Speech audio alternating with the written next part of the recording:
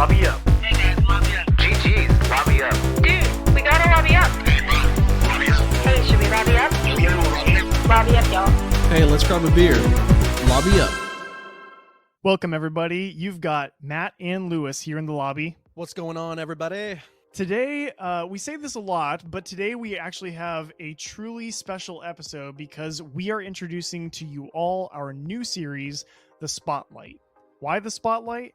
Well, when I think of a spotlight, I think of something center stage with all the focus and attention brought to it in order to highlight its significance. And that's exactly what we're doing today. And just like something may stand in the spotlight on Broadway several years after its release, we are throwing the spotlight at a game that was released 6 years ago, but still deserves to be discussed today, and that is The Messenger. But we didn't just find this game on our own. In fact, the Spotlight series will exclusively feature games that Lewis and I heard of from someone else. So if there's a game that you feel deserves to be in the spotlight, please comment on this video or reach out to us on our social media platforms, and maybe your game will be featured in our next Spotlight. Our link tree will be in the description. But today, the person that we heard about The Messenger from is a good friend of Lewis and a friend of the podcast, and his name is Gio. So Lewis, tell us a little bit about our man Gio. So, my man Gio has been playing video games since they were on the cave walls in Pangea. So he's been doing this a really long time. But honestly, man, Gio is one of the coolest people that I've met. When I moved to Auburndale, we knew no one. So we kind of were getting into the community and figuring out what was around. And right around that time, I started collecting my childhood again. Yes, all the retro games. Yes, so trying to get all that. And dude, every time that I would go somewhere that advertised retro games or I was stoked, I'd go in and it's like, wow, these guys are hot garbage. They barely acknowledge my existence. I walk in, they barely look up at me. So I was kind of giving up hope. And then I went to Cybersage, which is my happy place. I love going there. That is Gio's shop. I went for the first time and he was so welcoming, so knowledgeable, and honestly, man, one of the chillest guys you're ever gonna meet. Dude, I only have had the pleasure of going into a shop once, but a game shop is awesome when they don't hit you with all the games they're selling right away. They hit you with arcade games that you can just go up and play. Yeah, dude. Oh, that thing has been a lifesaver because I'll go in and then my kids will just play on that arcade machine while I just nerd out with Gio for like an hour. And granted, if it was up to me, I'd be there for way more than that. But yeah, we have to give our shout out to Gio. He has been a fantastic friend and he highly recommended The Messenger. He said that we would be hooked, we would love it, and it would carry us over into Sea of Stars, which we will get to later on. Yes. But you will find Cybersage in Lakeland, Florida. You want the best gaming prices for retro and new games. Gio is your guy. He also ships, doesn't he? Yes, so he ships anywhere in the United States. We're going to link his Facebook in the description below. Follow him. He posts the coolest things on his page, and you will not be sorry. That is Cybersage in Lakeland, Florida. Tell him we sent you. And thanks again, Gio, for recommending the game because this is one hell of a game. I'm so stoked to talk to you about it. Absolutely, man. So let's get into The Messenger. Before we get into the meat and potatoes of the game, I want to talk to you guys about the context of this game. Because when we do a spotlight on a game, we're not just talking about the gameplay, but just everything about the game, the community, the studio that developed this game, how it came to be. And let me tell you, there's some really rich history when it comes to this game. So The Messenger is made by Sabotage Studio, and this is a studio that was just founded by a couple guys who are like me and Lewis. They were just quitting their jobs, chilling out, playing video games, and one day we're like, screw it, we're gonna go to start a developing company. And they went to school. They live in Canada, so there was like a huge fund for media. They were like, we're just gonna start in game programming school. And while they were in their program, they actually came up with the prototype for The Messenger.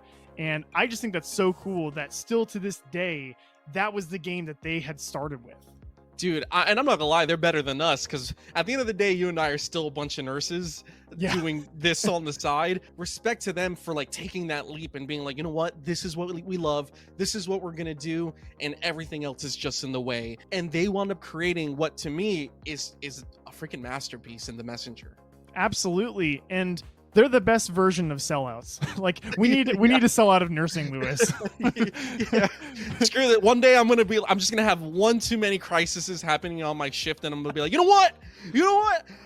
I'm gonna go dedicate my life to gaming podcasts. See you guys later. But the studio as a whole, their mission is literally you can go look at this on their website. It's literally to create their own definitive edition of the game genres they enjoyed as kids. And boy, did they freaking do that with The Messenger. I can't wait to talk about that. You can just tell, and I always say this, but you can just tell when a studio is making a game that they love and that they believe in. That is The Messenger. But listen, it had to fight some battles. You fight a lot of battles in The Messenger. The game was fighting for its life against these mammoths, these giants that came out in 2018. So, for example, when it released, Hollow Knight, a great, very renowned metroidvania, had its console releases, so it was back in the ether. Celeste, one of the most well-known indie games that won Indie Game of the Year from the Game Awards that year, came out. And Red Dead Redemption 2, God of War, which got Game of the Year, all these huge names were stacked against it. Absolutely stacked in 2018. I'll be honest, I'm glad that we didn't have a podcast in 2018, because I would have pulled my hair out having to try to play all these games and talk about it. Like, no freaking thank you. I thought 2023 was rough, but 2018 was just filled to the brim with masterpieces. Yeah, you look back on that year, man, and that was like probably one of the last golden years of gaming before 2023 that we had in a while. But nonetheless, against all odds, The Messenger won at the Game Awards the best debut indie game in 2018. And that is well deserved. Absolutely. More than well deserved, man. They set out to do what they believed in, and they nailed it. And I'll be honest, I've played Celeste. I really like Celeste. It is up there as one of my favorite indie games of all time. Mm-hmm. I gotta say, like, without getting too far into my thoughts on The Messenger, I think I like The Messenger more than Celeste, if I'm being frank here. Wow. That's saying something, dude. Yeah. And like Celeste, a lot of these indie studios, they don't go out and get the licensing for Unreal Engine. They will, kind of sacrifice the graphic fidelity in order to focus on the gameplay, the story, and that really hits with a lot of gamers. And that's what happened here. The nature of this game is that it's an 8-bit, and we'll get into it, but a 16-bit game.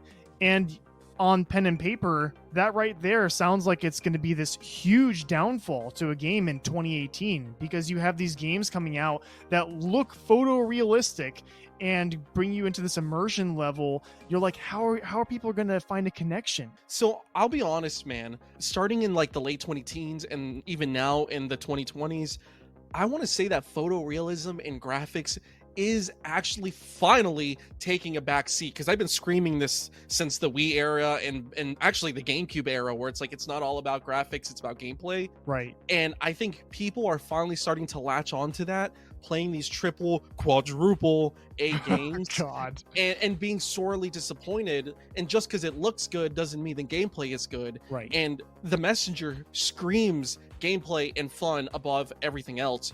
And granted, I am also a product of the 8-bit era. That's when I started playing video games. So going in, that was like zero thought in my brain of like, oh, it's 8-bit 16. I'm like, hell yeah, it's 8-bit and 16. There was never ever a detriment to the game, in my opinion. And to be honest, dude, I kind of feel the same way, just the different side of the coin. When I see a game doing this well with that level of graphic fidelity, I actually think, okay, there's going to be something special in the story, the characters, the gameplay. We're in for a treat, because they were like, that stuff, yeah, we're going to make it look cool and it's going to be fine, but just hold on to your hats, because you guys are going to have a fun game. And that's what we got here. So listen, This studio is amazing. Sabotage Studio, can't give them enough praise. They also came out with a Sea of Stars, which you guys all may know. So before we get into the meat and potatoes, we have to give you all a big old spoiler warning. So you may be thinking, Lewis, Matt, why a spoiler warning for a game that's 6 years old? It's because you need to go play this game. Like, without getting too far ahead, you need to stop what you're doing, dedicate a Saturday and a Sunday, and go out and play this game and experience it with zero spoilers, because we had the pleasure of experiencing this game with no spoilers whatsoever. We went in 1,000% blind, which never happens in 2023. So go out and play this if you haven't, and then come back to us. If you're a hardcore gamer, a casual gamer, heck, if you just picked up a Switch and you're not sure about like what game to play The Messenger. You won't regret it. At the beginning of every spotlight, we're going to give you guys a premise to the game. Essentially, this game, you start off, you're a bored ninja training day in and day out in a small village of other ninjas. You're awaiting the arrival of the fabled Western hero who is prophesied to save civilization from an Armageddon of evil demons. The beginning of the game shows this day happening, and after warding off a demon king, the Western hero dubs you the messenger, who will deliver a mysterious scroll to the top of a mountain in the east. Literally it. That's it. That is the premise. That's a wrap. Yep. Thanks for lobbying up with us. See you guys. So, obviously, you're starting off. First character you see is the character you're going to be playing. The Messenger, the Ninja is his official title, and we'll get into why that's differentiated. But the developer, I was reading up on this, they wanted to have someone that could be projected onto as you're playing the game, that you can be identified with. And the Ninjas, they're covered face to toe, so it's really easy to just be like, oh yeah, I'm a ninja, you know, like that's pretty cool. That's me. Not to mention, one of the favorite games of the developers of the studio was Ninja Gaiden. Which, right off the bat, I mean, you have to be 100% blind and completely not in the video game space to not go, yo, this is Ninja Gaiden. Right. And thankfully, they've had mercy on us and didn't have the same level of difficulty as the original NES games. Because, Jesus, like, those games are incredibly difficult. Yeah, they clearly took influence here. And when you're going through the beginning parts of the game as the ninja, you can clearly see this dude is so tired of just sitting there training every day. Like, why are we waiting? And then it just rains hellfire on the village, just out of nowhere. It just takes off. Dude, right off the bat, one of my first notes for the game on my phone is and I quote, "The opening is a fucking one." That is written in bold letters on my notes. They did a good job with introducing the cloud step mechanic right off the bat, even though you don't need the cloud step mechanic for a good while after you learn it. Which is genius that they introduced it on your last training day, quote unquote. Yes. Which, weirdly enough, they should have learned that earlier in their training as a ninja, but whatever. So you're thinking it's going to be a normal tutorial, and then boom, four-headed demon king with a crown the size of a freaking football field rains fire, and his demon devil minion is like, yo, fight me. And you're just like, I just started. Like, right, it's just out of nowhere. And then, like, whenever you hear about like fables and lore and mystery in the beginning of the game, you're like, oh, this is gonna be something that we'll see way later. And the Western hero just shows up and just like hits the demon king with all of his arrows, and he's like, carry the scroll, you're the messenger. And I'm like, ah! I don't wanna. But it was a perfect start, and you just get right into one of the best soundtracks of the game in the first level, and that would be the one called Autumn Hills. I love this song. I listen to it just riding in the car. I listen to it working out. I listen to it all the time. The music in this game is so good. I can't highlight the music enough, but you transition out of that scene with the Demon King and his demon guy Barmathazal, or whatever his name is, however you say it, and you just get hit with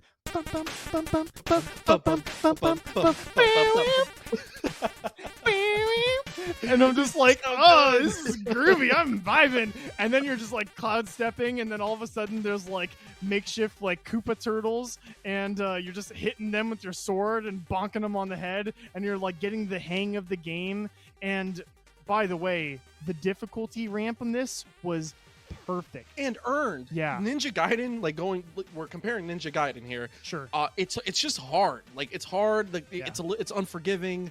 The controllers work against you because it's in the NES era. Yeah.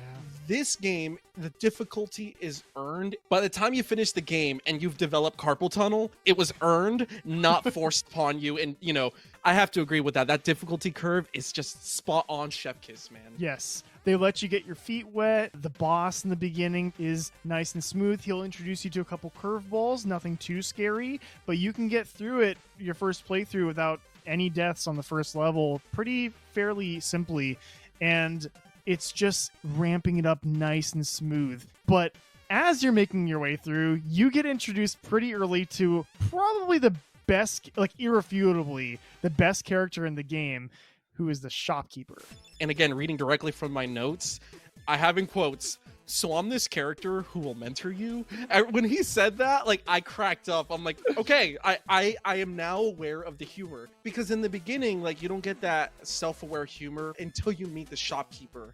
Yeah. And I'll be honest, I like self-aware humor, but it can be a little on the nose sometimes, where I'm just like, Sometimes. oh wow, meta for meta. Oh, we're gonna just Right. break the fourth wall to break the fourth wall.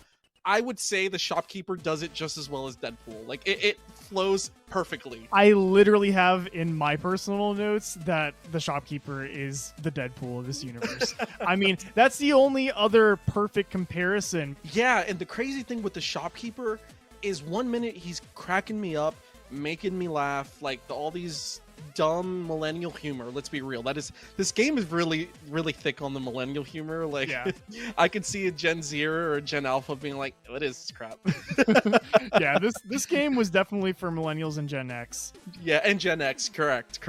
But like I said, 1 minute he's making you laugh, and then the next minute you're having a profound conversation that like touches you to your core, and you're just like, what did I just read? Like, holy crap. And I think that one of the achievements when you unlock the optional text is, I thought this was a video game or something like that. Yeah. I thought it was a platformer. Oh, I thought that's it was a the achievement. I platformer, thought yeah. this was a platform, and you just got lectured on your inner child. And it's just like, oh my god, this is too much, man. I'm trying to enjoy my game, not cry over my controller. But one thing I want to just touch on for just a second, we're going to take a little sidebar with the shopkeeper, something I noticed. And I had the same experience, so don't feel a certain way that I'm bringing this up, but I've noticed that you keep referring to the shopkeeper as a he. Oh, yeah. It's just one of those things where the patriarchy is shining bright in me right now. It looks like. So in my mind, when I'm thinking of this shopkeeper, you look at this blue hooded, red-eyed like figure, and you have no idea how to identify them gender-wise. Yeah. And for whatever reason, I just kept in my mind gendering them as a man. But one of the things that we've gotten as a community about the messenger is actually like an extended universe interaction where these characters kind of go onto a forum and talk to the community. And there was a trans person who commented and very respectfully asked like what the shopkeeper's pronouns were. And they said that they identify just kind of like neutrally, and you can refer to them however you want to. They were like totally taken like away from it. But the artificer commented about the shopkeeper with pronouns of she. Oh. And said that her past or she did this. And how the characters on this extended universe, who it's very official, it's from the actual studio. Yeah. They refer to the shopkeeper as a her, which I found super interesting because we never get that distinction in the game, but apparently for future games it might be important. That's crazy. And listen, ultimately, she, he, they, the shopkeeper made me feel. Yes. And there was this line, and it's right in the beginning.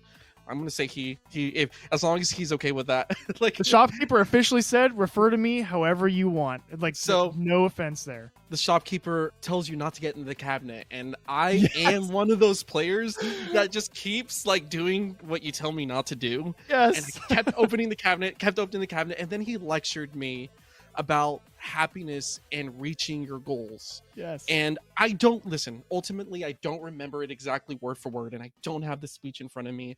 But this is what stuck with me, and it was actually really crazy. And I don't mean to get too deep here on the podcast, but I do have this problem in my life, wanting the next thing. I reach my goal, and instead of basking in my goal, I start to plan the very next thing in my life. It's like, okay, Lewis lost 15 pounds. Instead of losing the 15 pounds, I'm like, all right, now for the next 20. And I don't even take a moment to soak that in and bask in the goal achievement.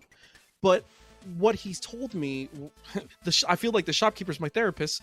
What he told me was that in doing so, you're delaying your happiness. Every time you don't bask in your achievements, every time you don't sit down and take a look at all you've accomplished in your life, you're delaying your happiness. And I'm like, Jesus, dude, like, you did not have to call me out in this indie game, like, about how I live my life. Yeah. And that really stuck with me. And Gio warned me about that. He's like, this game is going to make you, like, feel. And Yeah. he was absolutely correct. And I don't mean, again, to continue to get dramatic, but that one, like, conversation with the shopkeeper really tried to have me adjust the way I look at my life.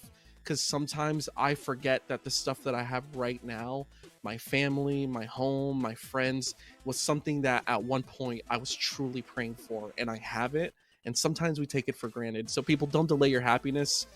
Enjoy the now. Enjoy your happiness. Awesome sentiment, bro. Honestly, and thanks for sharing that with everybody, because it's true. As somebody who's known you very well for a very long time, can confirm you definitely love to self-punish.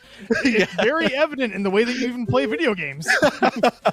So thank you, the messenger, for shining some light on that. And that just goes to show that video games are more than just mashing buttons, and the messenger just keeps on giving. Absolutely, dude. Do you remember the story of the boy in the well? Oh my God, yes. So later on in the game, you get... Listen, guys, it's not just one lecture, by the way. You get multiple. Spoilers. From one person. From the same shopkeeper. There's a story that the shopkeeper tells you about a boy in a well who is trying to express himself. And he's so scared to share it with the world. And then one day, someone just jumps down the well just to see what he's all about, what he's doing. And he shows this person like what his idea is, and the person's like, this is amazing. Like, why aren't you sharing this with the world? And it turns out that was actually the mind frame of the developers from Sabotage. That's amazing. That they were the boy in the well. And granted, Lewis and I are guilty of it too. We were just talking today before we started recording this episode that a year ago we were considering starting this podcast, and we were the kids in the well. And we had a million stipulations as to why we shouldn't start it. Right. And I'm glad we got over that. That's right, man. I'm proud of it too. So to all of you out there, if you have an idea, get out of that well and show it to the world, because you're going to be a lot better off after. Lessons from the messenger. We just brought up the shopkeeper, and this is where we're at, okay? So that should highlight to all of you how amazing this character really was. So go experience the shopkeeper for yourself. And I honestly think the perfect person to bring up next in terms of characters and how they affect the overall game, Oh, I know where to you're going. really cut the tension here, my man, the demon, the legend, Corbel, bro. I love Corbel so freaking Little much. red bastard.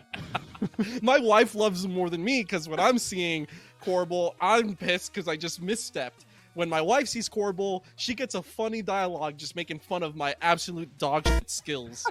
So to give you all context, when you die in this game, you don't actually die.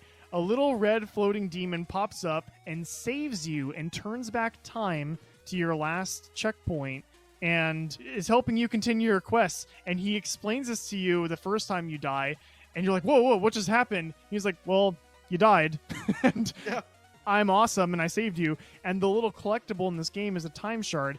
His deal with you is that he's going to eat the next couple dozen that you find as a payment to atone for him saving your life. And it's the cherry on top of how Quarble is, but he actually lets you die. He lets you physically experience as the ninja going through it, the death.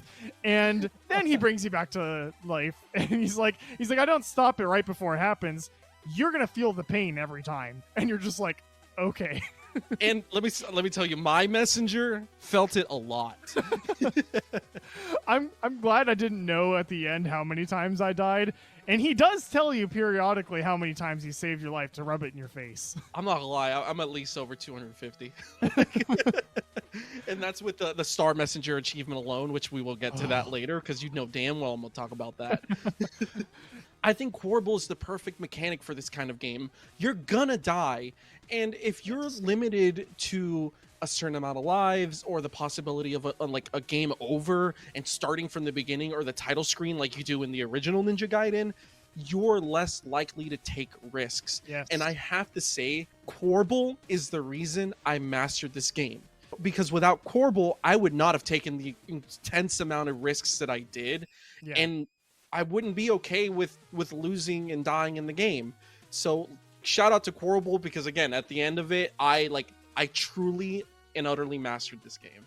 But in the meantime, he makes you feel it every single death. Dude, there's a story for you I had. So it was near the beginning of the game, and I was trying to explore, and you can kind of see sometimes if you go down into what looks like a pit, it's actually letting you go into a different frame to find something secret. So I was trying to explore, and I started sliding down a wall, but it turned out it was just a void that you die in, and as soon as I got down there, I died, and I was like, ugh, wow, I'm getting punished for exploring. And then the Quarble message was, wow, who would have guessed you would just fall like that? No, the worst ones for me is with Quarble. It's like I'm showing Johnny Lay, I'm like, look at this crap, look how hard this is, and I'm doing it, and then I die, and Quarble's like, if you have somebody watching, just tell them that you died so that you can see the funny contextual thing I have to say. And she started busting out laughing, and I'm like, dude, Quarble, please go away, man, go away. And between just the messenger, the shopkeeper, and Quarble, you have this amazing ensemble of characters that really drive this story forward and complement the gameplay like Quarble does. There's a certain level of heart that you have to have this much effort put into the humor that you have in the game. And once you see the shopkeeper and then you see Quarble a few times, you start to get the idea of where we're going to be heading with the overtone of humor in the game. And listen, it doesn't stop with them. It's with most of the bosses that you fight. One of the first ones that you fight is this demon skull guy, and you see him from behind, right? It's very menacing. He's wearing this long blue robe that's hooded over his head, and he's holding this scary skull scepter. And that when he finally gets to the boss room, he's like, all right, it's time to battle. And he floats down to the floor, and it's slowly the long hood just piles up, and he's 2 feet tall. Dude, Ruxton for the win, man. Ruxton is so funny, and he doesn't let his height dictate how powerful this guy is, because he's a decent... I want to say that Ruxton is the first decent challenge in the game, especially if you're familiar with this type of video game, platformer, action adventure, whatever you want to call it. Ruxton really starts to be like, all right, let's start testing you a little bit. And he's such a fun boss fight that pays off with befriending him right after. Absolutely. And it just keeps going on from there. You fight this huge golem that's possessed by a spirit, but you don't know that till you beat it. When you beat it and you float down to the floor, the spirit's like, thanks for killing my golem. It's the funniest interaction because the messenger's like, oh, my bad. I'm so sorry. I didn't know. And then the spirit's like, oh no, I get how you had the misunderstanding. It's okay. I'll help you get out of here. And the messenger again is like, again, I'm so sorry. And he's like, no, it's okay. And you go away and he just starts bawling. I'm not gonna lie. Again, me self-projecting on this game. When I saw that, I'm like, that's so something I would do. Oh no, it's fine. Hey, listen, things happen. then they leave, and it's just like, why? That hurt so bad. I wanted to go back and give him a hug, but instead, later on in the DLC, I destroy his totem pole. I love the returns and Ruxton returns too. Yeah, these bosses, these characters really are integral to this story and the world building that we get. But like on top of these awesome characters, they are housed in some of the best level design I've seen in a hot minute, because I'm used to playing these games and just being like, running through and not really sitting back to look at the level design. These levels are beautiful to look at, whether it's the 8-bit or the 16-bit version. Yeah, no, absolutely. And the monk, when you defeat her, this is the first moment that we kind of get a glimpse at the lore, because she has her own version of Corbel called Quilbull. Yep. Fittingly, because it's in the Quill Shroom area. And she gets brought back to life by that little demon girl. And you're like, whoa, is this another messenger? Is this like somebody else who has gone through what I've gone through? Yeah, and that was a really good moment for me where I was like, there's more to this than meets the eye.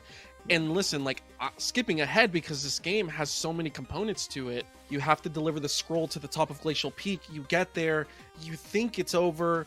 You go into the freaking Tower of Time, which is another banger of a soundtrack. So and good. I actually work out to the Tower of Time theme. It's just so, it's chill, but at the same time powerful. That is perfectly said, and it's just got like this mysterious aura to it. Like it's so good. Like it sets the tone perfectly, because you're like, I thought I was done, and then you're not, and it's like, we've got so much more in store for you. I want to say that the Tower of Time is a true test of your skill. They're like, okay, you've made it this far, you've gotten through a couple of bosses, we've put you in some difficult situations, you now have to run this gauntlet, and if you're as good as you think you are, you'll be just fine. And I was humbled for the first time on the Tower of Time. That's the first time in the game where I was like, oh crap, this is a little harder than I thought it was going to be. And actually a good chunk of my early deaths were in the Tower of Time. Yeah, and at the end, we learn the shopkeeper is actually joined by other blue hooded figures, and one of them is obsessed. He keeps saying, let's do the thing, I want to do the thing. And you get to the top of the Tower of Time, and we learn later their name is the Artificer, and they're like, let's do the thing. And the shopkeeper is like, finally like, okay, fine. And then they join together to this huge arcane golem titan thing. And I would say that was probably my first like big challenge in the game. It took me a good several tries to kind of get down to the rhythm. And I think what's funny is that different things give us different issues, because I actually thought he was really easy. I just kept... so annoying. Yeah. Oh well, no. Listen, we're gonna get a trade-off in just a second. I thought I cakewalk, boom, boom, boom. Like I kept cloud stepping and throwing shurikens at him. I beat him like on my first try. Meanwhile, I had so much trouble with the ogres, Kolos, and Susses. Oh, on the mountain before you get there. Yes, like I had so much trouble with them. It's the only boss that took me more than 4 tries to get. I had trouble for some reason, and you told me that was a cakewalk for you. Yeah, like, I beat them on like the first or second try. But then, as we're leading into the next part of the story, so you beat the arcane golem, and now they're like, oh, you tested your worth. Now take the leap of faith, and you're jumping down the Tower of Time. And you finally, and by the way, I was like, why is this called the Tower of Time? Like, there's no like time stuff going on here. And you figure out this is what's sending you to the future. And this is when the game changes from 8-bit to 16-bit. And it was mind-blowing. I thought that was the coolest concept. And at first you're like, oh, it looks better. And then the music sounds better. Yes. And you're like, no way. Get out of here. And they hit you with my all-time favorite track from this whole game right then and there in the Cloud Ruins. You get met with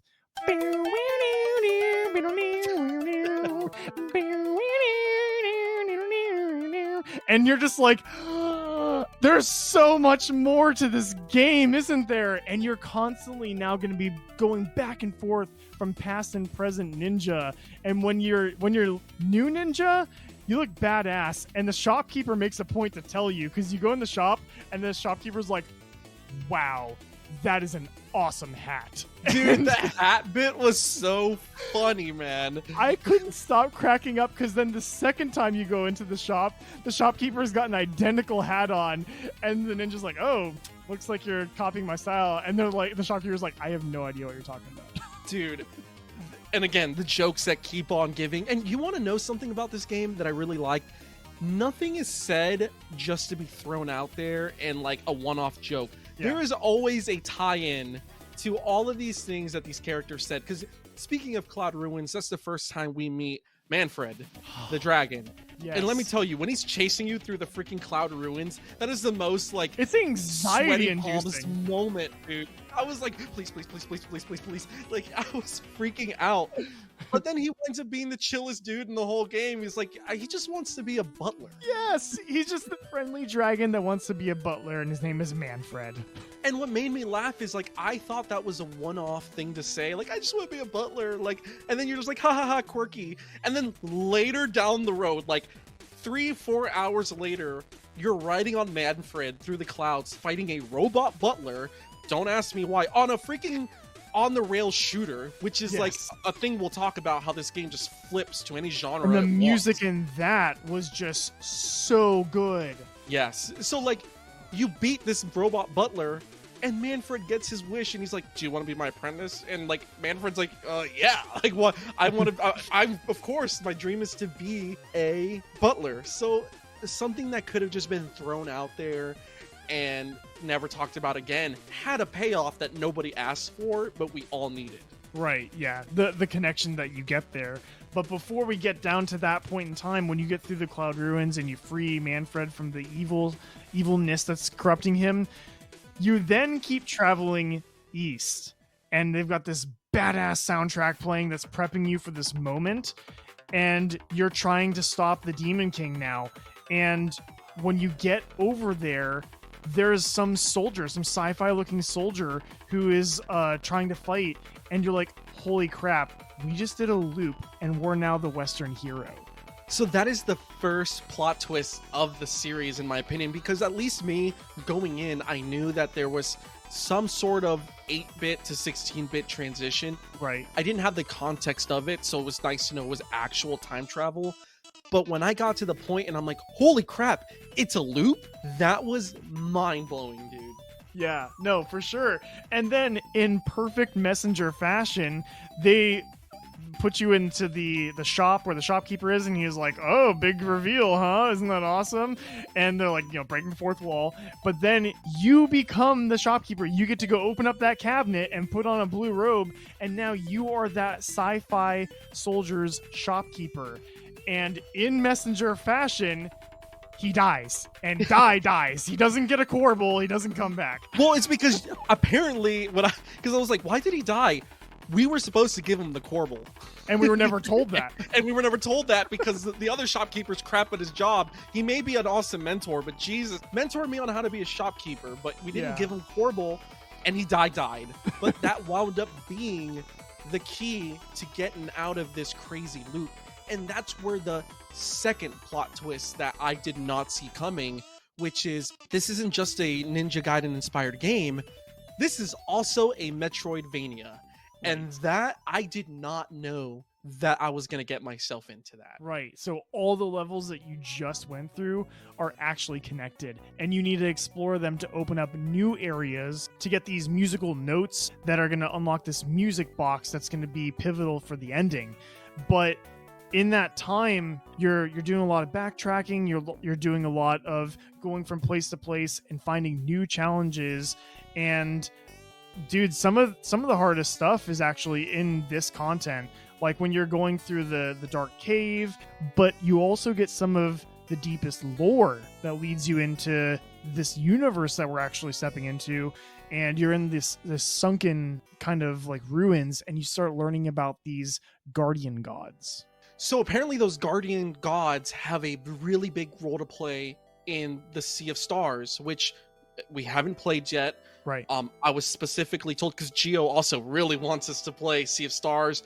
We will get there, my man. Have some patience. But yeah, apparently that's the big tie-in between the Messenger Sea of Stars. So they're already sowing the seeds for this big 5-game universe that they want to build. And their story is so profound. You know, the people of the civilization that they were a part of stopped worshiping them. And in not worshiping them, they lost their godlike powers and their city went to ruin. And there is a lot to take from that, more than we have time for to talk about, but it made me more excited to go out and play Sea of Stars. So I'm so ready for that, but it was a wonderful tie-in. Yeah, dude, it's got me super excited to play Sea of Stars. But that being said, we're at this point in the game, the Metroidvania section, and as much as we absolutely loved this game, as much as it was amazing in so many senses, we do have some critical thoughts about it, and it actually kind of comes up in this portion of the game. And if you go online and look up anybody's thoughts, this isn't an unpopular opinion. A lot of people had some feelings about this section, and for me personally, I think that it really had to do with how we backtracked, which is definitely a part of Metroidvania gameplay at its core, but I feel like the ability to move from place to place was pretty limited. You have 6 portals in this hub world area in the Tower of Time where you can fast travel to certain areas, and you open up 3 of them eventually, which they do on purpose to kind of control the story in this portion of the game, which is fine. But I feel like in several areas of each world, it would have been nice to be able to kind of like fast travel, to be able to hop to where one of the save points was if it made sense. I think that would have helped the pacing to where it didn't feel so slowed down compared to the first portion. Because the first portion, you're flying through it. You can play through the first 3 levels in like, I don't even know, it felt like a half an hour. It felt like it flew by. But then you spend a half an hour in this portion of the game and you may not even make it through one level. So I don't know. What do you think about like what could have been done in that portion? So the worlds also, like during the Metroidvania part, didn't mesh well like you see in Super Metroid or Castlevania, which this is the inspiration for Metroidvania. Sure. So like it was very hard stop in between the worlds, and then the portals would put you in the most inconvenient spots, and then you'd have to do a huge trek to get to where you wanted to go. But overall, it was an awesome attempt in a very outside of the box idea for them. Like, we have Ninja Gaiden, Metroidvania, on-rail shooters. Like, that was just another like genre of game that they wanted to honor. And I think as much as it has its shortcomings, it honored it well. My biggest criticism really came from the ending. I feel that the lore dump of why we're in the loop at the very end, it didn't give me too much time to process the actual lore as to why the loop is happening, but I accepted that. But then you get into the music box, you fight the final boss, which I think the final boss was too easy in my opinion. And after it was over and the credits roll, it turns out that this whole game was a story that the shopkeeper was telling the messenger. And to an extent, that was great, but it was anticlimactic. I felt like after everything that I went through, it almost felt like this was all a dream, which is to me the worst trope you can do in storytelling. Yeah. And I think that maybe what they're going for was like the ability to conceive that there's this replayability, that it's not over, that you get to keep coming back to it. But who knows? I mean, like we said, there's a 5-game series in the works, including this game in Sea of Stars, so we'll see where they go with it from here. But I do agree that the last boss was a little too easy. It was definitely a good challenge, but I do think that they could have ramped up the difficulty a little bit more to give you that satisfying ending. Yeah, which they made it up to us. In the DLC, for sure. In the DLC. Yes. Bro, the DLC was awesome, and the ending for the DLC was great, and I'm finally going to talk about it. May I? The Star Messenger achievements. Go for it. The Star Messenger achievement was probably one of the hardest things I've ever done in my entire life. So for those who don't know, towards the end, you finally fight... I cannot say his name. The demon minion. Barmathazal. Look at you. all linguistic and whatnot. But he creates his own shadow messenger, and then you have to race the shadow messenger to prove that you're the better messenger. It is so hard because you have to win the race perfectly. Right. And no screw ups. No screw ups, because it becomes like two Corbels fighting each other at the top, and you need to make sure your Corbel lives. It was so hard. It's 5 phases. The first 4 phases I learned to just do with my eyes closed. But that 5th phase was so excruciatingly difficult because you cannot mess up once. Right. You are gliding through the air and you have to hit the lamps perfectly. And if you do mess up that, you have to start all the way over. yes, you have to start from the beginning. Yeah. And I haven't looked up anything for this game. You and I both 100% of this game.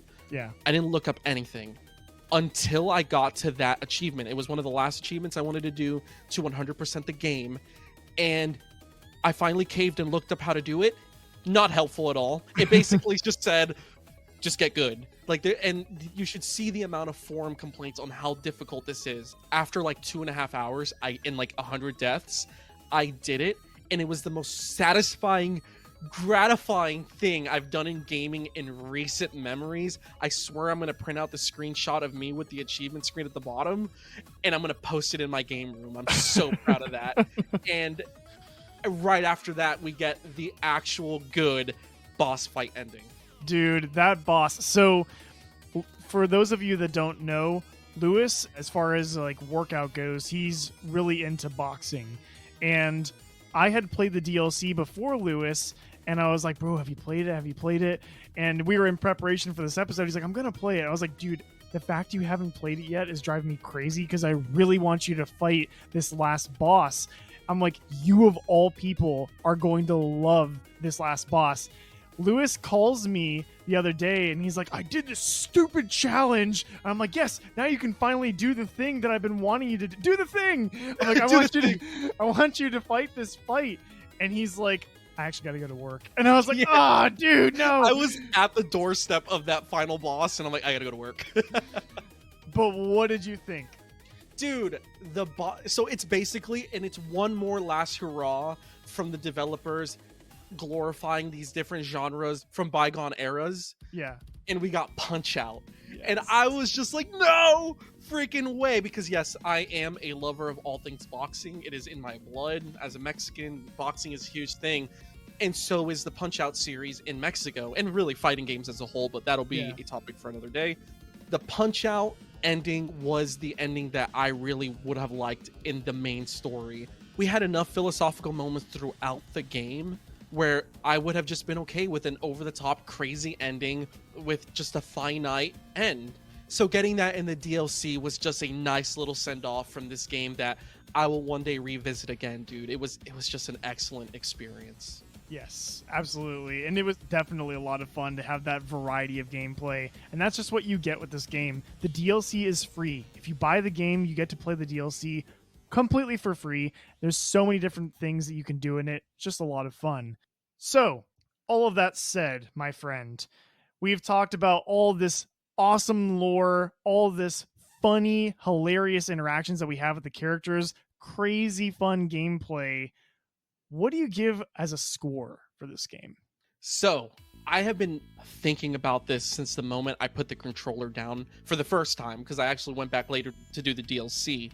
This game is one of the best games I've played in a long time, and it continues to show me that indie games are probably the future for a good while. Yes.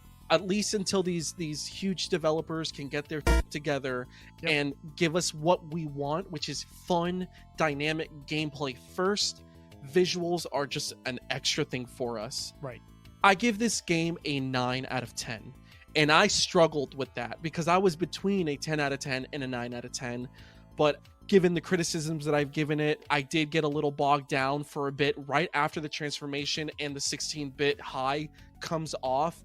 There's just a hot moment where it's like platforming and really nothing else for the story. So there was just a couple moments throughout the game where I was feeling a little bored, where I was feeling like the game is slightly overstaying its welcome.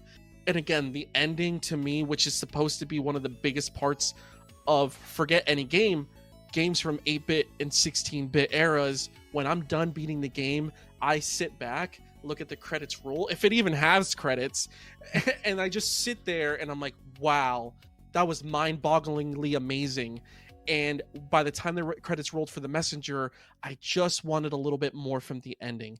That is not taking away from how excellent this game is in, and again, not just gameplay or story, but sound design. This game sounds amazing. It is a soundtrack that's going to be in my workout playlist for the foreseeable future. Oh yeah.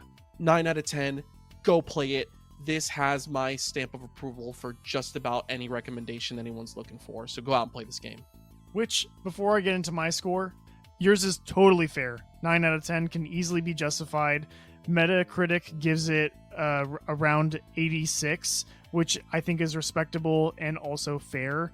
For me personally, this is the first time that I have done this in my mind or on the podcast that I can remember, but I'm going to give this game a 10 out of 10. Wow. That is amazing. It's with a big heart that I give this game a 10 out of 10, because on the other side of the coin that you're talking about here, where you wanted more, I left this game wanting more, but it's because I loved it so much. I want more Messenger. I can't wait to play Sea of Stars just to kind of get more from these developers. Again, you see games like this, and you can't play this game and think that the developers didn't just have a fucking blast making it. Every single week, you know that they were just playing this game while they were making it. And that just brings me so much joy. Every single time that I think about the funny quips from Corbel, the life lessons that I learned at 30 from the shopkeeper. Dude, I took so much from this game. It's now part of me, and it's not like when you play some of these games and you just have a fun or funny moment, you unwind and kind of let your brain relax. This game is a piece of art that needs to be shared with the world. It needs to be experienced. And the best medium to experience it was a video game. The best way to understand the story, to have it presented to you, was to be the ninja. And I'm so stoked for the future of this series. I do agree with you that there are things that this game could have done better. But that being said, I want to get a little bit out of the dogma of only giving something a 10 out of 10 if I feel like it couldn't improve. I think that games can be forgiven if something is so strong in so many other elements that it makes up. That moment where it was overstaying its welcome, I did get that vibe from times, if I'm being honest, but I'm quickly able to forgive because I'm met with new content that's fun, that's exciting, that's got me thinking about the lore. It's got me thinking about how the messenger is one of many messengers in this line of messengers, and it's got me constantly thinking about it still, even after I've finished playing it. Yes. And at the end of the day, dude, I think that the game that deserves a 10 out of 10 is the game that leaves that kind of impression on you. Yeah, and listen, I love the game. Like, it's a 9 out of 10 at the end of the day. It's nothing to scoff at. Yeah, it is nothing to scoff at. And ultimately, it is a brilliant game. And everything you've said rings true, hence why I struggled between 9 out of 10, 10 out of 10. Which one do I give it? And granted, we're not super serious critics by any means. I am.